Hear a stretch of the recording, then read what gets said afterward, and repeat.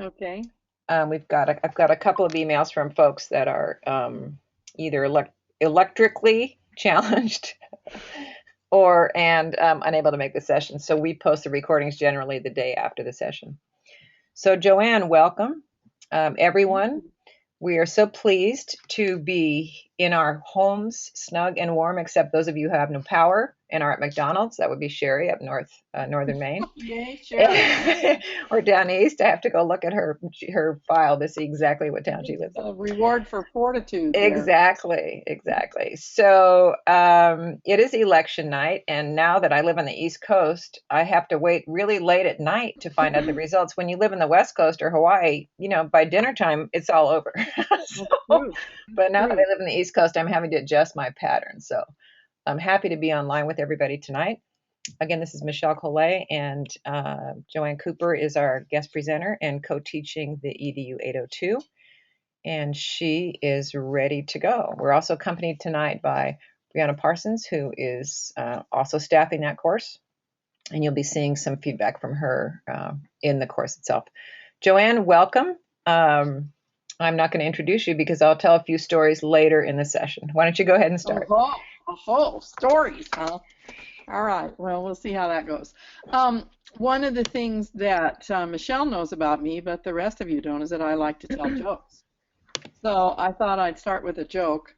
And, one of the things about these cohorts of adults, and I think this might be especially true for online courses, is that you really have a chance to learn a lot from each other.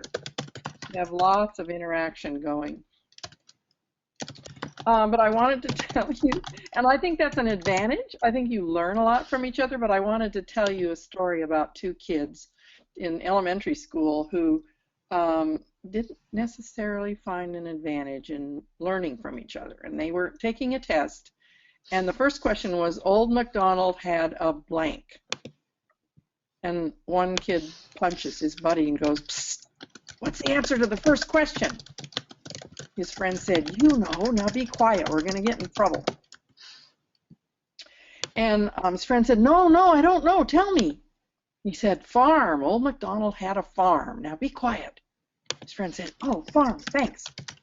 How do you spell it?" Friend said, "Shh, we're going to get in trouble." He said, "Just tell me how to spell farm, please. Just tell me, I promise I'll leave you alone, please." His friend said, "All right, E-I-E-I-O." Joanne. At least it's clean. At least it's clean. Of course, of course. Anyway, so that, turned out to be a disadvantage, trying to learn from your fellow students, but I think you guys have it down already. So let's go on and talk a little bit more about my background. So who am I? Well, I've kept the journal for almost 40 years, since 1975. And I also have done a lot of scholarly work on journal keeping. My dissertation was actually a study of journal keepers who were leaders in higher education. And what I wanted to know was, what do leaders do when no one is telling them what to do in terms of keeping a journal? What do they do that works for them? And some of them reported, for instance, that they needed a private place to talk to themselves. One principal had a kid with AIDS in her school, and that was a real confidential thing at the time. One president said, "I can't talk to anyone about the problems that I'm facing, and so I need to find a place where I can talk to myself." And lots of scholars will tell you that talking to yourself creates wisdom. I know sometimes the popular notion is that it means you're crazy, but it doesn't actually. It really is a way to create wisdom. So I have these two pencils at the top. One is writing, and the other is talking about getting organized. And I think these are two of the main functions of journals, that they help you to be a more fluent writer, and they help you to stay more organized. So we're going to talk about that as we go along. What have I found in terms of my own benefits? I have both a personal and a professional journal, and the personal journal is the one I've kept since 1975. The professional one I have kept for, oh, I'd say 14, 15 years, something like that.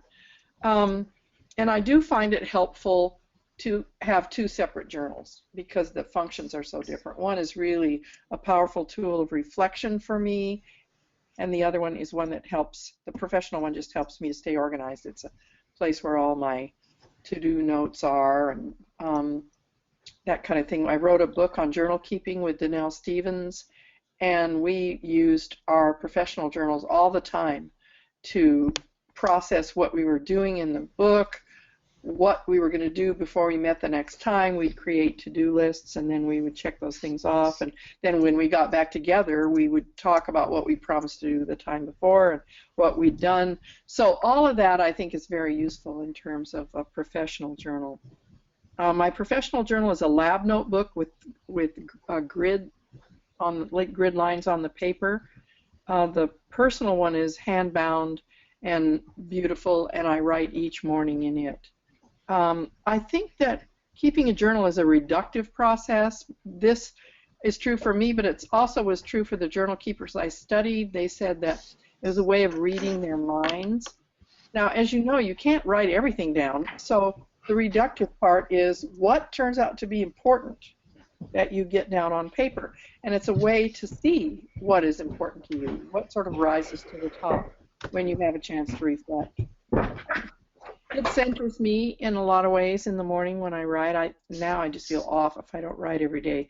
But that wasn't always true. When I started as a journal keeper, I did not write every day, and I only wrote when I felt like it. It's just that it became more and more important to me, and so I made it a habit to write every day. It's a way to make meaning out of my life, and Robert Keegan, who's at Harvard and is an adult development scholar, says that he thinks that's one of the central tasks of adults is to make meaning out of their lives. It helps me sort out what I think. Parker Palmer says truths are always revealed through reflection. I think that's probably true. Peter Elbow says that he doesn't think anyone would continue writing without the surprises. And I think he's right. That's one of the lovely things is the discoveries that you make about what you think. And it goes along with the quote I have there underneath the pencils. How do I know what I think until I see what I say? So it is a way to sort of discover what you're thinking. And Danelle and I really like to underscore that writing is thinking. Some people think, oh, you have to have your thoughts all organized before you begin to write. That is not true. Writing is thinking. So when you write, you are thinking on paper. It helps keep me organized. I have everything in one place, especially my professional journal helps me to do that because I lose things. So if I'm going to a meeting, I'm like, where's that file quick on that committee? And if it's all in one place, then it really is helpful to me. Over the years, one of the things I've discovered that was sort of a side effect that I didn't realize, but I think it will be true for all of you, is that writing helps you to be more fluent. It helps you to be a better writer. I now can easily and fluidly write anything. It doesn't mean it comes out brilliant. I still have to edit it, but at least I have something to work with. And Robert Boyce, who talks about academic writers, says there's two kinds of writers. There's fluid writers and what he calls bleeders, who every word is sort of painfully bled onto the page. And if you have that problem, I think journal writing will help you to be more fluid and more fluent. It helps me to slow down. It gives me time to think more deeply. There are some health benefits, actually, that I didn't know about until I started to do the research. But a man named Pennebaker, who's an MD, has done quite a bit of work that shows that writing regularly, if you write about problems, can improve your health. And it also helps you to find resolution to those problems through the writing process. So those are all things that work for me. Next, I want to look at the handout that I sent you, Keeping a Research Journal. So I'm going to scroll down here to that page. Here are 5 most important things you need to know about keeping a research journal. Your research journal is a tool for you to be a better researcher. It should be useful to you, not busy work. Reflect on the various ways you might use your journal to help keep you organized, as a place for reflection on new ideas and a place to practice writing fluently. So the research journal can serve all those functions for you: organization, reflection, and a place to practice writing fluently. Remember that as dissertation writers, as doctoral students, one of your central tasks is going to be writing. So the more practice you get, the better off you are. You can use your journal to be more organized in the research process. You can keep to-do lists, contact information on people, participants, for instance. You can compile observations about participants. You can explore evolving hunches as you're analyzing your data. Research, especially qualitative research, often involves many participants as well as outside contacts, and it can be difficult to keep track of them. Also, you can track dates of interviews, list of participants, contact information, resources used, instruments, references, etc. And your journal is a good place to gather and track all of that information to keep everything in one place. We'll talk more about that a little later, too. Research strongly depends on the craft of writing. So, recording observations, documenting interactions, capturing insights. Your journal can be a repository for all of this. And, you know, that really brings us to what kind of a journal you want to keep. And this would really indicate that you should keep one that is handy for you so that you can capture those insights or record observations. Your journal is also a place for you to reflect on yourself as a researcher. Qualitative researchers are the research instrument. So you need to look at your own values, your beliefs, your biases, all the things you bring to the research process. How are you going to find out what those biases are? Well, look at what surprises you in order to uncover your own biases. If you're surprised, it means you assumed something else. And that's a way for you to uncover what those assumptions are, because sometimes they're unconscious or they can be buried. So it's important for you to understand your values and beliefs in order to make sure they do not cloud your perceptions of the data you're collecting. You want to identify what those are and then set those aside so you can clearly hear your participants. And I see your journal, again, as a place to do that. So here's some of the techniques that are most useful to researchers. Lists and logs, it's a great tool to be able to keep lists and phone logs and reference lists, keep lists of keywords when you're doing your literature search, a list of research participants, and contact information. All of that can be kept in your journal. And I consider lists to be a very valid journaling technique. I know some people ask questions about whether it has to be narratively written, and my answer is no. But we'll get to that a little later. You can keep notes during meetings with your advisors or fellow researchers. Keep a list of questions you want to ask at your next meeting. Often my doctoral students would do that.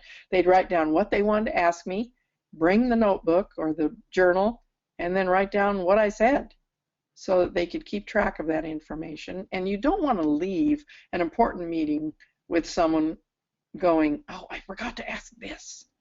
So I think it's helpful to have those questions written down. You can keep a to-do list in a separate column so you don't lose track of what you need to do next or what you committed to in the last meeting. I don't use a separate column, Danelle does, but I just circle and put an asterisk by the things that I promised to do. So the bottom line here is what works for you is what you should be doing. You can keep a list of concepts or key questions or topics or themes in the front of your journal. You can use your journal as a place to draft emerging themes as well as pieces of your dissertation or research write-up. So that's to help you stay focused on your research topic. What is it I'm trying to do here? Sometimes you get lost and you end up learning about things that are fascinating but not related to your research topic. You'll find this happening when you're reading scholarly literature, and also it can happen when you're talking to your participants. So your journal can be a place to keep your research focused on the purpose that you set out to accomplish. And you can also take it to class or to conferences, take notes in your journal during sessions related to your research, and review these for ideas and contributions to your own thinking and research. So that's the research journal handout. Then I have some quotes here that you can look at a little later. I think G. Lynn Nelson, the last one, he says, I was taught to write when I had something public to say, so I seldom wrote. Now I write in my journal to find out what I have to say, so I am forever writing. And I think that is really a good point, that this journal writing is a way to discover what you have to say, not write down after you already know what you have to say. And then Susan Flagel here at the top of these quotes talks about something that I think is very related to leadership and reflection. One of the missing and least valued qualities of our culture is the capacity to reflect. We value speed, action, productivity, and tangible rewards, and often move straight from brainstorming to implementation, failing to take time to ponder the complexities surrounding our decisions. And I think that is so true and an important point. The biggest example I have of that is when I was on sabbatical in England. They had what they called a teacher's action, which was the same as a strike. But the teachers all went to school. The strike involved never doing any recess duty, never having any department meetings. I talked to an English department chair in a high school, said he hadn't talked to his faculty together in 2 years, and sending the kids home at noon. Well, one of the children was crushed to death against a brick wall by a truck going home at noon. And I think this was a consequence that no one ever thought would happen. I was at the board meeting when they were talking about it. But I think taking time to ponder the complexities surrounding our decisions is really crucial. Okay, so we got a few more things we're going to do tonight. I want to respond to your questions. So here we'll take time to take a look at the questions that you posted around journal keeping. And I have to say, they were fabulous questions. So thank you very, very much for your thoughtful questions. And here are some of the topics that they generally tended to surround. The first is, what type of journal should I keep? And should I separate journal functions? First of all, let's talk about types of journals. We talked a little bit about personal and professional, but journal keeping has a long history. Women pioneers used to write extended letters home. They'd keep a journal, which would be like an extended letter home, and then mail it off after they were done with it, after it was full. The Navy has a long tradition of using a deck log. Explorers, people in the military, lots of traditions for journal keeping there. So journals can be research journals, personal journals, professional journals, audio journals, note cards.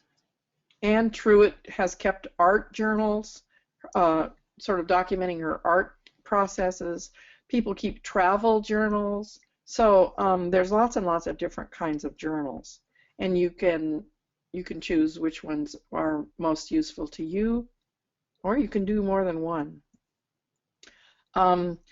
I interviewed, for our book, we interviewed a an engineering department chair who kept 6 active journals, one for each of his research projects, and one with all the information and passwords to his computer.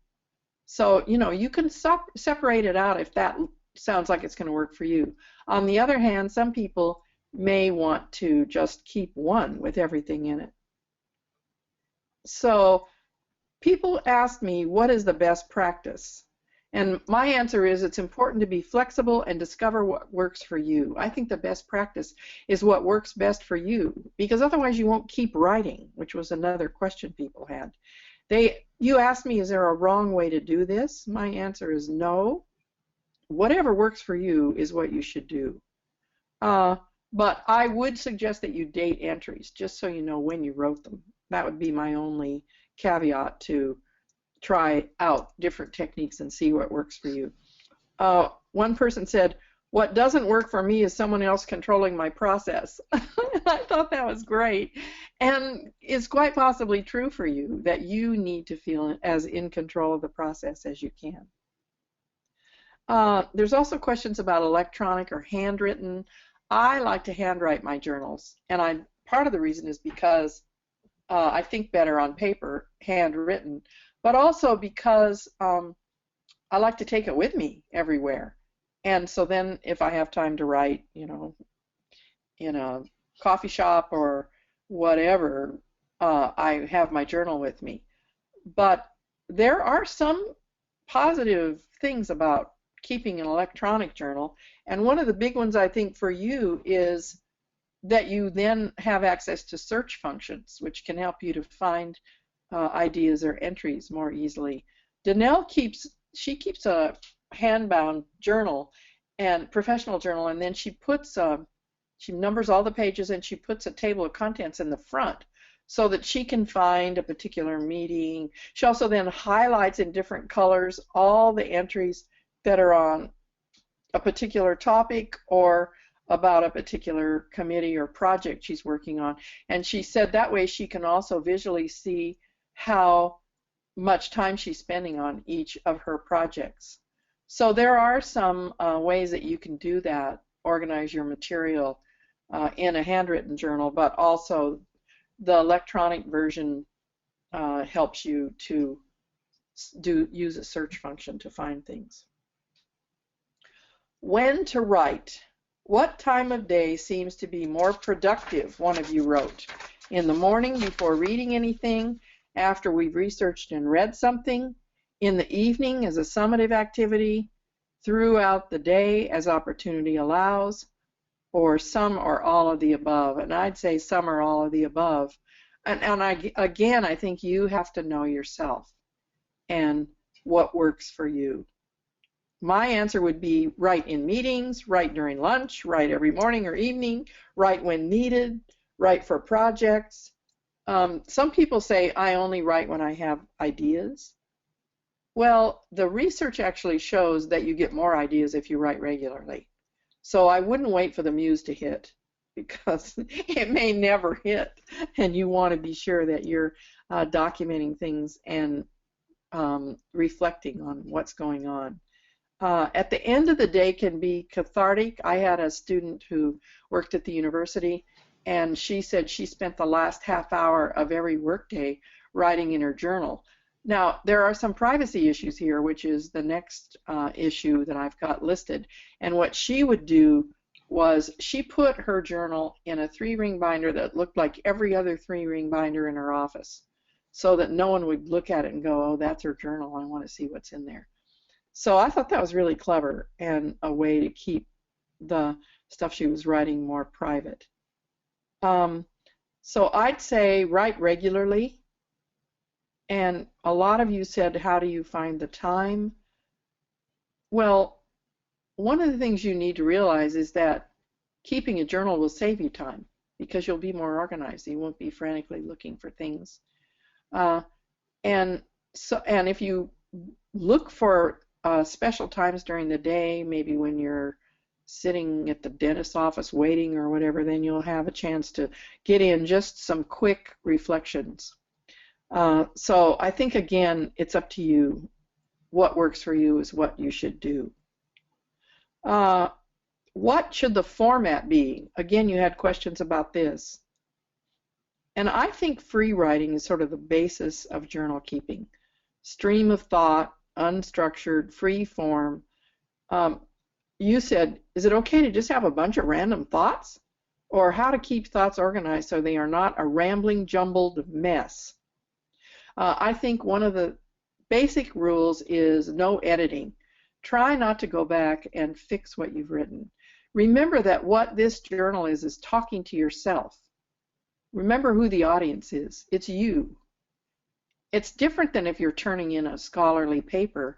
There you have to be sure the grammar's correct and the spelling's correct. But this is just for you.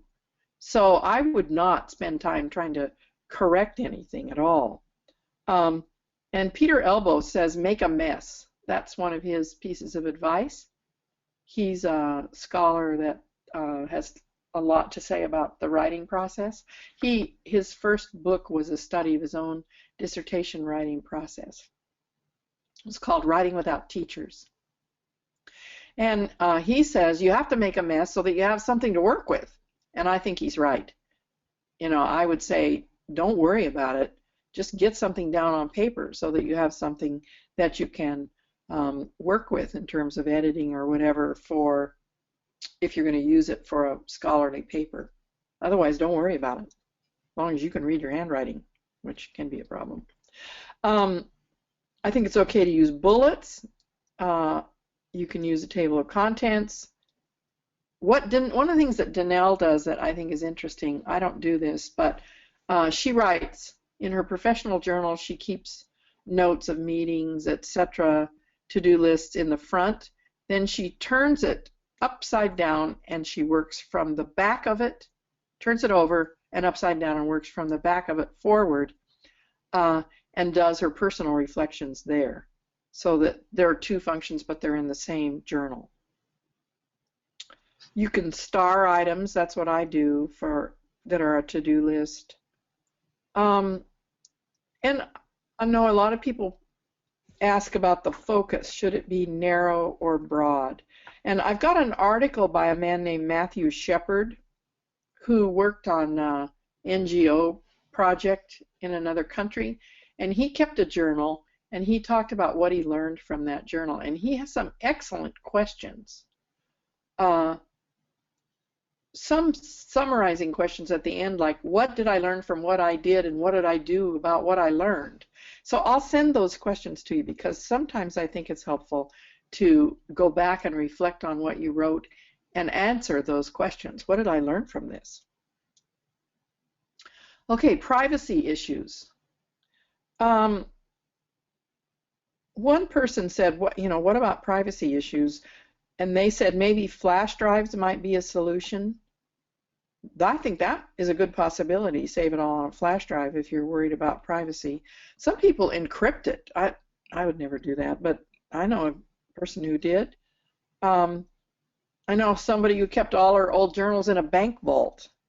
I think the main thing that you need to do is what makes you feel safe. If you don't want somebody picking up and reading your journal in your house, then put it somewhere where they're not going to find it. So I think you might want to spend a little bit of time thinking about what makes you feel safe in terms of privacy. There are other people, especially with their professional journals, who share it with colleagues. I know an associate dean who wrote in her journal every time she had a meeting, and people got to the point where they would say, what did we do last time? What did we decide we were going to do? Because she was sort of the record keeper for the people around her. I know another program director who wrote in code because he really didn't want people to know what he was thinking or saying. And now there are some questions about the cloud and who owns what that's in a cloud. So I think there's some interesting privacy issues out there, and those are perfectly legitimate. You have to think about that as you move along here. The next set of questions were about rereading. Should we reread our journal? And how often should we reread our journal? One person said, I tend to slip from one idea or type of entry into another as my thoughts progress. But if this journal is truly to be a tool for helping us stay organized during a long process, it is important that our thoughts be sectioned. Is it important that our thoughts be sectioned into easily relocatable areas or topics? And I think, Michelle, you might want to chime in here because I know you had some things to say about people's mental set around journal keeping, that it's not just for this course, but it's for the long haul. Yes, absolutely. So the good news is that we have Joanne and her expertise come in early in the program. We do have some journal reflection pieces in the 801. What we have seen, and Joanne will explain in a few minutes, go into sort of learning from the past cohorts, and we'll get a chance to hear how people started to make meaning of doing journaling and reflective work, moving forward. I think the most important thing I've seen with journal keeping for research purposes in our program is it allows people to keep threads going of their own thinking, moving in and out of coursework. The nature of online instruction is choppy because of the 8-week format. And we've worked really hard to build in curriculum themes that help pull those shorter pieces together around some strands of work. The writing is really important in terms of individuals being able to reflect on their own learning, the adult learning piece, the fluency, all the things that Joanne's mentioned already. The other important concept moving through the program is that your research topic will evolve and develop throughout the whole program. You won't start and stop that. You may start or be presented with an annotated exercise, or the first time you do some literature review more formally. Those things will feel like single assignments, but they're part of a larger picture, which is your own research topic. And this is where the doctoral work really diverges from most master's programs, in that even if you have a capstone assignment in some programs, in some others, a thesis, it still is the end of the program primarily. The way we've embedded it in this program, you're in your topic as soon as you start, and you're supported, encouraged, engaged, sometimes dragged back to your research topic throughout the whole 3 years. So there has to be a home for that. It's not a course. It's not an assignment you turn in. It is you. It is your work. And the research journal, I think, is a really important element of you fully engaging and owning your research topic and moving from the mental mindset of here's an assignment for the instructor, am I done with this course, which most people start in that mindset, to saying this is my work, my research. These faculty are supporting me to carry forward my research agenda. I'm not doing an assignment for them to get points or a grade. And because you receive a grade and points, it's hard to keep both of those frames in mind. But in fact, we try to do that. So thanks, Joanne. You're welcome. So when should you reread? I mean, my advice would be regularly. But we'll go on here in a few minutes to find out the power of rereading from the basis of your past cohorts, because they have a lot to say. And we do ask you to do that at the end of this course, to reread and to write a summarizing report back to us about what you found when you did that. And how to do that? Well, you can either highlight things on the computer, or you can use different colored highlighters. Julia Cameron, who wrote The Writer's Way, asks people to go back with different colored highlighters and highlight ideas they had, advice they gave themselves, questions they had, whatever you're looking for, and put it in a different color. And I think that is a good idea.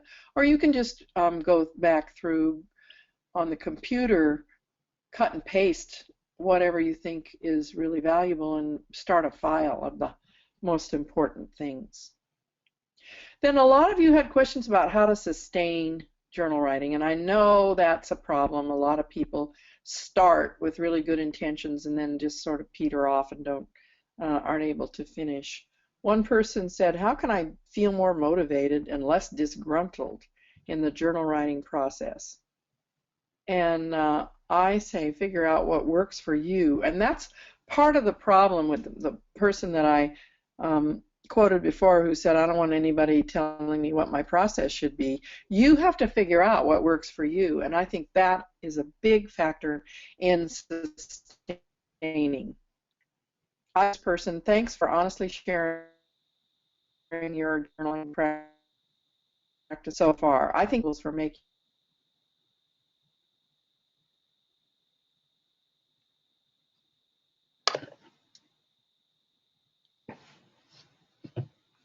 the journaling meaningful an issue. If entries feel private, then you are free to explore your thinking that leads to new discoveries, and that's motivating. So those are some things I would say about how to sustain it, is to keep it honest, keep it meaningful and useful for you. And if that means you only write lists, only write lists. You know, do whatever you think works for you.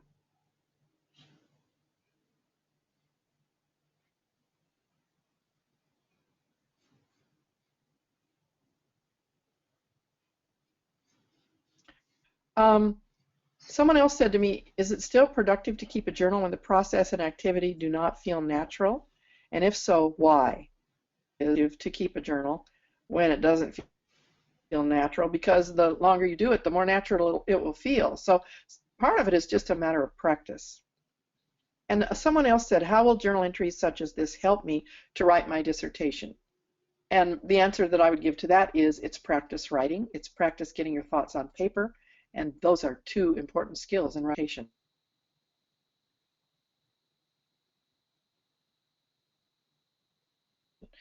And in this case, dissertation.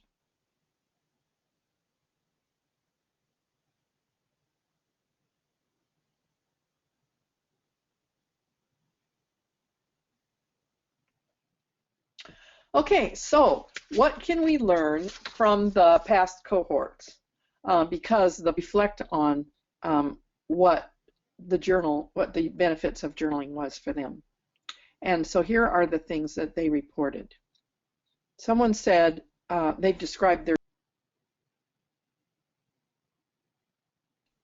What helped me mostly with the journaling activities was not worrying about grammar, punctuation, or APA formatting.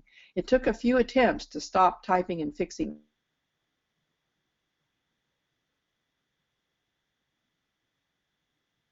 errors. And by the way, I think also the computer will show you where there's a mistake, so it's distracting. She says, but after I freed myself from the constraints, my thoughts took off. When I reference my journal as my only friend, it is true. It really has become my go-to person. I think we can all relate to the hardships of going through this program. When I try to explain to my family or friends what I'm doing, I can literally see the blank stares, glazed eyes, and nodding to acknowledge my words, but having no clue about what I'm going through. Reflecting back, I've done more venting to my journal than I intended to, and I couldn't be prouder. I've confided in my journal regularly because I feel my journal allows me to put things in perspective and allows me to refocus and push on. I always think, where am I going to be in 5 years when I read my journal? I don't know the answer to that, but I'm assured that wherever I am in 5 years, whoever I am with, my journal will still be that friend that I can turn to anytime for a quick session. I thought that was lovely, and tells you a little bit about one of the benefits. Second benefit is seeing progress. One student said, in all honesty, I would say I haven't had my aha moment till completing this assignment. So looking back, she says, taking the time to review and reflect has made me realize my own success in the field of qualitative research. It is amazing to view the escalation in my entire frame of thinking from one week to the next. So that's one of the other benefits, is to see the progress in your own thinking as you move along through this course and through the whole program. Using the journal in the doctoral process. This is another question people had. One student said, how journaling can weave together the entire dissertation process into something manageable. Reflections, she quotes us in our book, reflection starts with discomfort during an experience and leads a person to a balanced state. It takes time and focus to reach clarity of thought. And I do think that's true, that one thing you can say about your writing, if your writing is fuzzy, so is your thinking. So one way to see how clear or how fuzzy your thinking is to write it out and then see how it looks to you. And the longer and the more practice you have, the clearer your writing will become. And this is, of course, your goal as you move to the dissertation.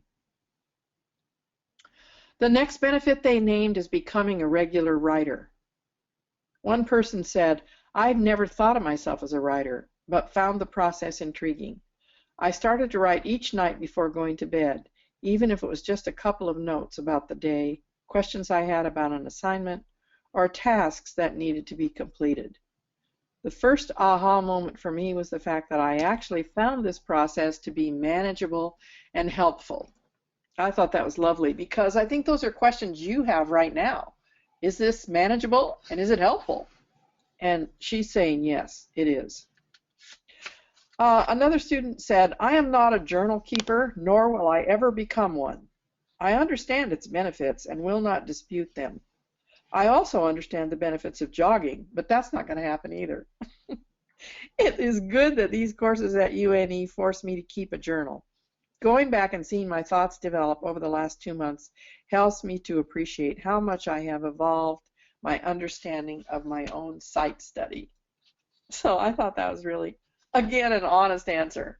I understand the benefits of jogging too, but that's not going to happen either. So here's a quote on the functions of journaling. This student said, keeping a personal journal is helping me develop the ability to exercise my writing skills, to put thoughts and ideas in writing. It serves as a planning tool, and it's helping me to be responsible and accountable. So I think he's named a number of important benefits that he's found as he has moved through the course and the journaling process. Next, the power of the dialogue process. We will be asking you in this course at a certain point later in the course to write a dialogue, in fact, 2 dialogues.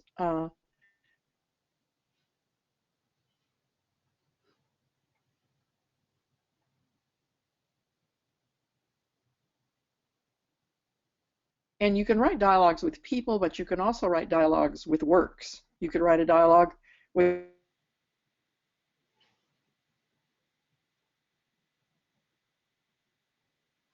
there are lots of different you can write. And one person said, I surprisingly enjoyed the dialogue activity. I have since completed this activity again and imagined I was dialoguing with a student's parent with whom I have been communicating. With each experience, I've uncovered some hidden truths I needed to face, as well as forced myself to organize how I express what I am thinking and feeling. And I thought this was lovely, and I think it underscores another question that one of the students had about the connection between reflection and leadership. I think you're a better leader.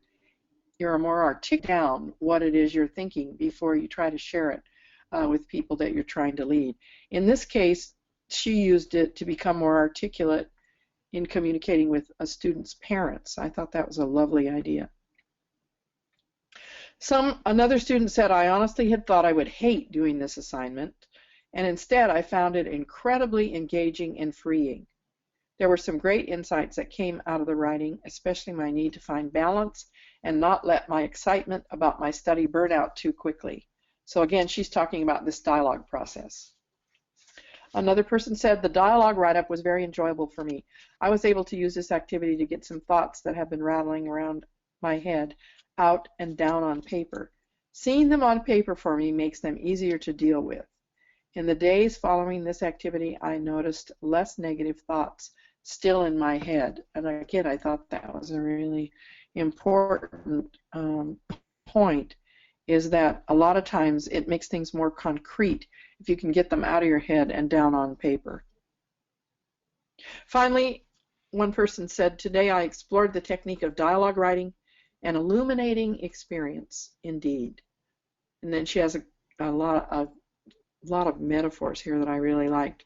A brush and dustpan for my thoughts, a cupboard spring cleaning for misplaced items in my cognitive framework, and a butter churn for separating thought curds and thought whey. This is a must-use technique, along with journaling, to provide thought ballast to thought sugar candy. So she really got the metaphors going there. I loved it. I thought that was great. I happen to really like metaphors. So I think you'll enjoy that dialogue process and find that to be useful. Then the next item was techniques that work. And I've said throughout this presentation, you need to find out what works for you. So here's what some of the former students said. In addition, over the course of my journal, I become more organized in my journal presentation. I use italics for quotes taken from resources I review, bold-faced text for important items I need to do, underlining text for very important items, and regular font for general notes, mostly pertaining to various research-related detailed ideas. This notation system seems to work well for me, and I will definitely continue it in my journal. One person talked about the tolerance for, or the gaining of understanding through the writing process. She said, writing is such a wonderful way to reveal what you didn't even know you were thinking. And I think that is something that is really important. A lot of the journal keepers that I've studied say it's like reading your mind. You find out things you were thinking that find out things that you didn't even know you were thinking that are important to you. So these are some of the things that your past cohort members have said were helpful to them about the journal.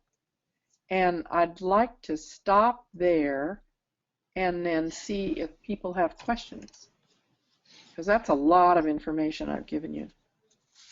You probably are reeling from it. So you all can type a question in the question box, which I can read aloud, or you can raise your hand and we can open your mic. See how that goes. Joanne, while they're having a thought about a question and writing their notes in their journal, I will start. Okay. And one of the things I was curious about is when you look at your personal journal and reread, do the academic or scholarly pieces show themselves, or is it all sort of wound together, and it's the process of doing the writing that helps you do the thinking, rather than there's some sort of product that comes out of those pages? I'd say both. A lot of it is just that the process of doing the writing helps me to do the thinking that I need to do.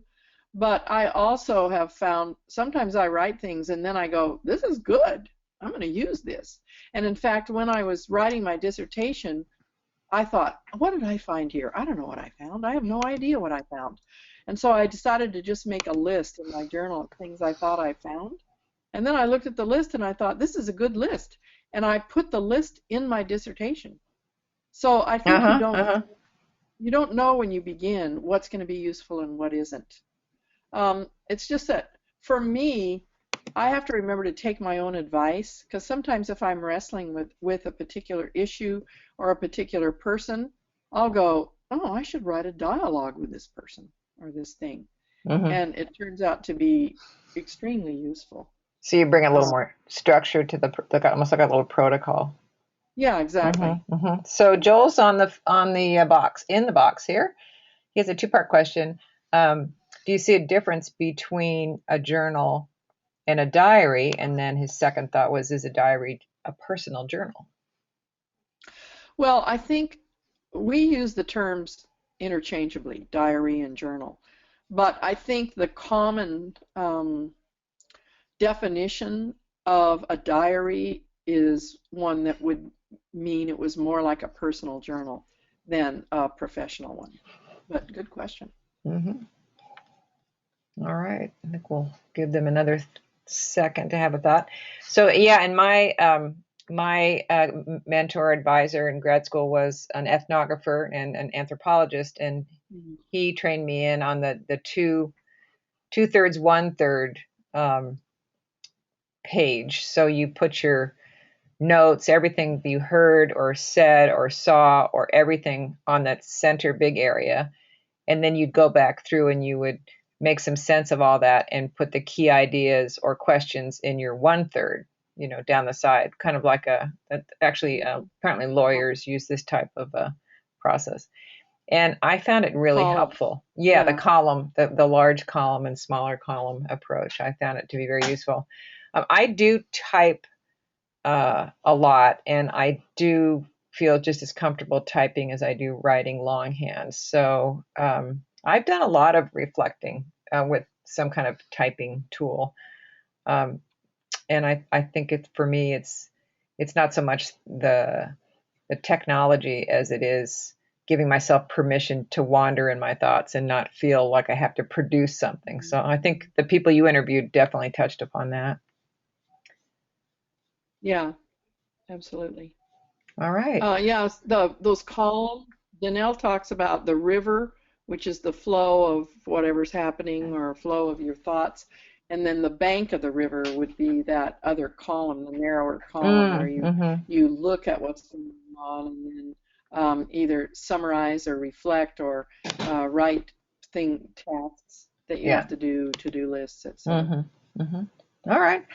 We have just a couple of 5 minutes left, Joanne. So I'm going to ask Brianna if she wants to come back in here because she's familiar with some of the reflections and questions that came up in the course. Brianna, you want to add anything to get ready to close up tonight? I do, thank you. Can you hear me okay now? Excellent. Great. You can, okay. Just to add on to what Joanne was saying earlier, it was actually one of my favorite writers. It was Ernest Hemingway. He wrote that writing is easy. All you have to do is sit at a typewriter and bleed. And I get such a kick out of the mental imagery of that statement. And I teach writing, and I've taught writing for 10 years at the undergrad level. I make all of my students write, whether it's in a technical communication class for engineers or creative writing. A lot of times they'll walk into the classroom and I'll say, okay, here's your 15 minutes to write, to think. Sometimes I give them a topic, sometimes I don't.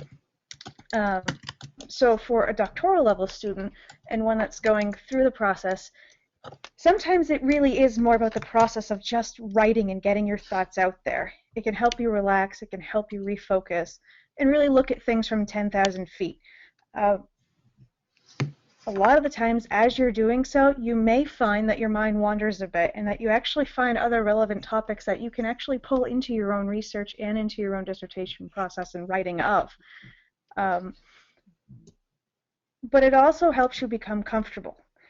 If you're not comfortable writing, just even with your own thoughts, you have to start looking more internally, wondering if you're comfortable with the writing process. And if not, perhaps that the journaling, whether it's on a professional level or a personal level, really will help you as you start asking yourself questions when you're writing the dissertation. If you become comfortable with brainstorming and you become comfortable asking those what may seem to be off-the-wall questions, nothing becomes really unattainable for you. And that's a very, very liberating experience. And as you progress or make progress forward, the dissertation changes, it grows, your questions change and grow, people change methodologies.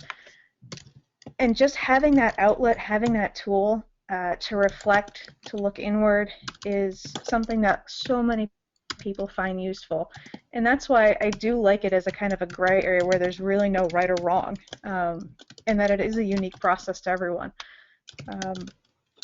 And that's the other thing that the other thought that I had was that one of the new assignments that I've had my students do is actually a blog, and they've done it on personal levels. They've looked, just kind of inward. And it's an online diary, but it's really easy to find your entries because they can go month by month. You can title the entries. A lot of the blogs have search functions.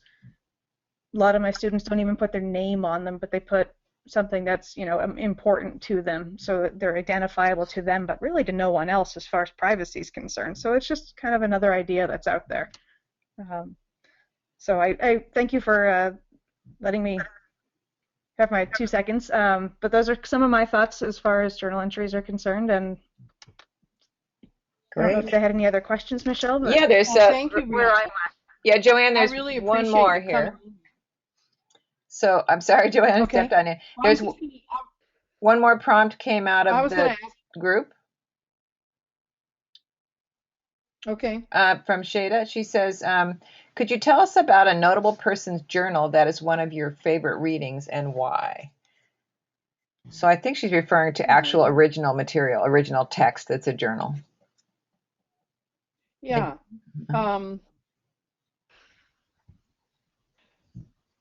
A notable person's journal and why? Well, when I was on sabbatical, I worked with a feminist author in London named Dale Spender, and she had written 10 books in 5 years. I was really interested in knowing how in the heck she did that.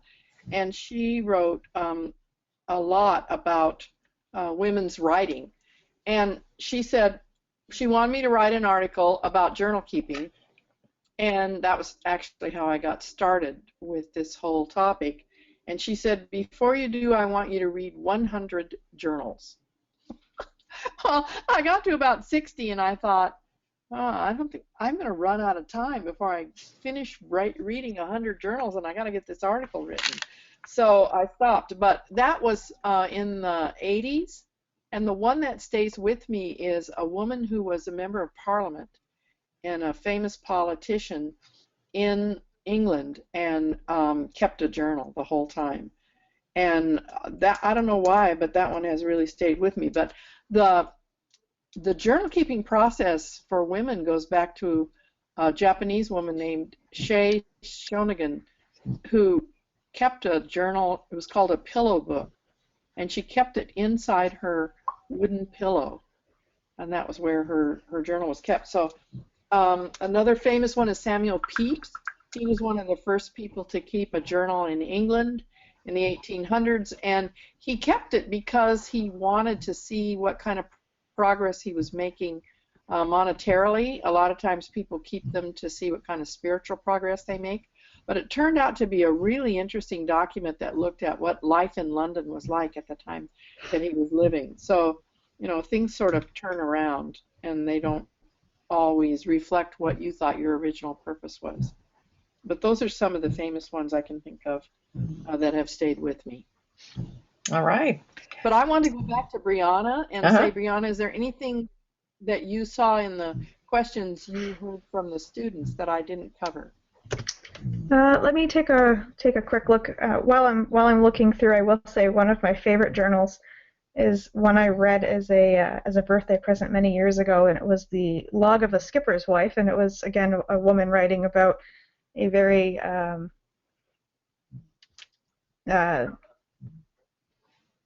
area that women were really not allowed to. She was on board ship with her main seafaring husband, and it was the process of reading it was reminding me of that she was just writing at the time. She was getting her thoughts and her frustrations and clearing her head, and then 100 years later I was reading her words and saying, oh, this is pretty, what an amazing journey, what an amazing story. And that's, I think, the beauty in keeping a journal, whether it's personal or professional, is that even if you're the only one that ever rereads it, to see the growth and change and learning process within yourself is sometimes fairly humbling. Absolutely. So as far as some of the questions, I found a lot of folks were asking, the value of writing entries more formally or academically, or talking about citations and references and things along that line. And to that, I would say keep as much as you can. If you're starting to compile a reference list now and you want to include that in your journal, do so. If you want to start creating annotated bibliographies, even in just a brief blurb in a journal, maybe it's in a just kind of a thought tree, do so. You never know when that information is going to come in handy, and as you're completing your dissertation, you may look back and say, oh, well, I can use this. I remember this. And that can make the process a lot easier and actually more comfortable. So I do find the value in some of the more formal entries and some of the more academically sound entries. I don't necessarily find the need to complete citations or anything along that line. But I do think if you're going to do that, it's a very nice way to connect thoughts. It's a very nice way to connect material and ideas that are somewhat related that you may pull together. But it's perfectly okay to not do that as well. So it's, again, it's not a here nor there. There's no right or wrong. But for those that were questioning if that's a practice they should partake in, I would say absolutely go for it. Yeah, thank you very much, Brianna. I agree. We had a lot of people wondering what's the best way to do that.